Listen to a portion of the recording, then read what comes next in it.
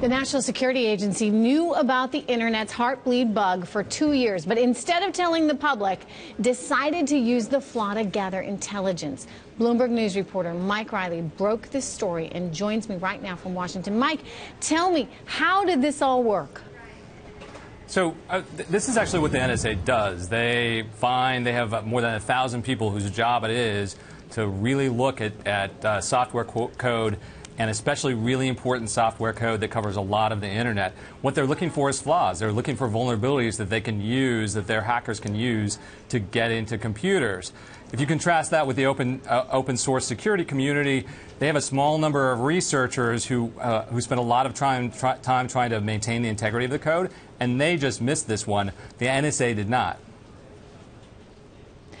So they totally missed it. I mean, what does that tell us about our own ability to regulate and prevent these kinds of things from happening? I mean, I think this is a really important moment in people's awareness of internet security. I mean, one of the things that we know is that code has flaws in it, and that those flaws are used by hackers to access our sensitive information. The most motivated people on the planet to find those flaws and to use them are intelligence agencies, not just the NSA, but China's intelligence agency, Russia's intelligence agency, Israel's intelligence agency.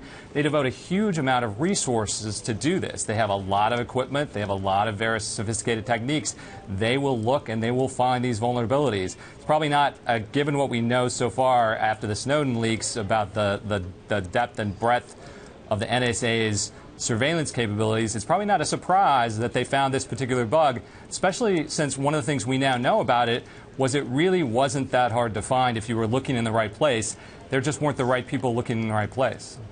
All right, Mike, thank you very much. For more on this, I want to bring in Ghostery Senior Director of Research, Andy Call. If you remember, former NSA contractor Ed Snowden spoke just this past month at South by Southwest, and he actually recommended using Ghostery to prevent organizations and companies from tracking your online browser preferences.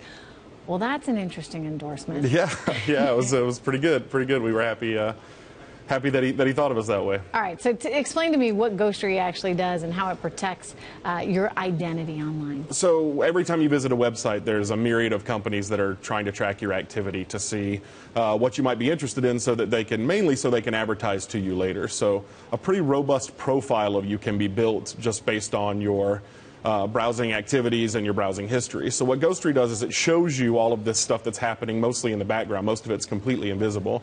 We show you all the stuff that's happening, and we allow you to block that interaction if you'd like. Okay. And so they can't tell who's actually behind the IP address? It actually hides it that well? Yeah, so anytime you visit a website, there has to be code on the site that actually phones home and shares things like your IP address, what you're reading, the other information about your computer. We just interrupt that code from ever leaving your browser, so you sort of never phone home in the first place. All right, what's it cost to do this? It's absolutely free. So it's free? Yeah, so the way we support ourselves is that our users can opt in to share information with us about the data collectors that they encounter. Mm-hmm. It's an anonymous panel, so we don't track our users because that would be counterproductive. Interesting. But so the government can't come to you and say, we need to know who that was? We take a lot of steps to anonymize all of our data so that even if anybody were to try to mine it, there wouldn't be anything. Andy, I got to ask you, though, on the one hand, yeah, privacy is great. On the other hand, if you're someone who's up to no good, mm-hmm.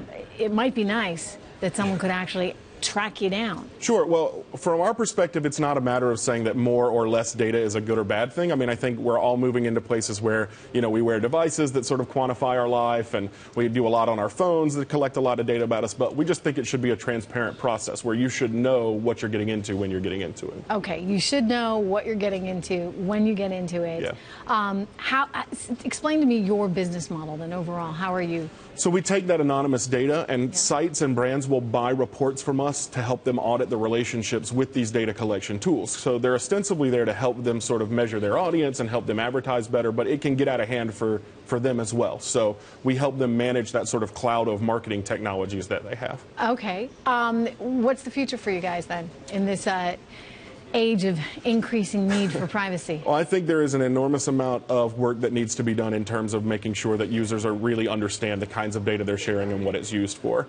I think that we can get to a place where people are comfortable about sharing data if they really understand exactly how it's being used, later in the future. Yeah, I think that's everybody's sort of concern here. How much data really can be collected on all of us. Right, and as long as I understand what it is, I may be willing to make the trade-off. Like if it's a scenario where you're going to do better job sort of giving me advertisements that I'm interested in, okay, maybe I'm okay with that. But if it's a scenario where you're sharing information about my personal health or browsing habits with the government or something like that, that may be something that I want to stem on my end.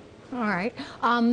Overall, do you think we're going to continue to see this be a bigger and bigger issue? I mean, Ed Snowden. Are we going to hear much, much more in the coming months? Absolutely. I mean, there's sort of an immovable, an unstoppable force against an immovable object, which is we're all sharing more and more and more as technology allows us to quantify our lives more and more and more. So there's going to be more data out there, right, to use, and so we're certainly going to continue. Is he a hero in your mind? Snowden? It's a big debate. Yeah. Look, I think anytime anybody makes it more transparent, that's a good thing. So absolutely, yeah.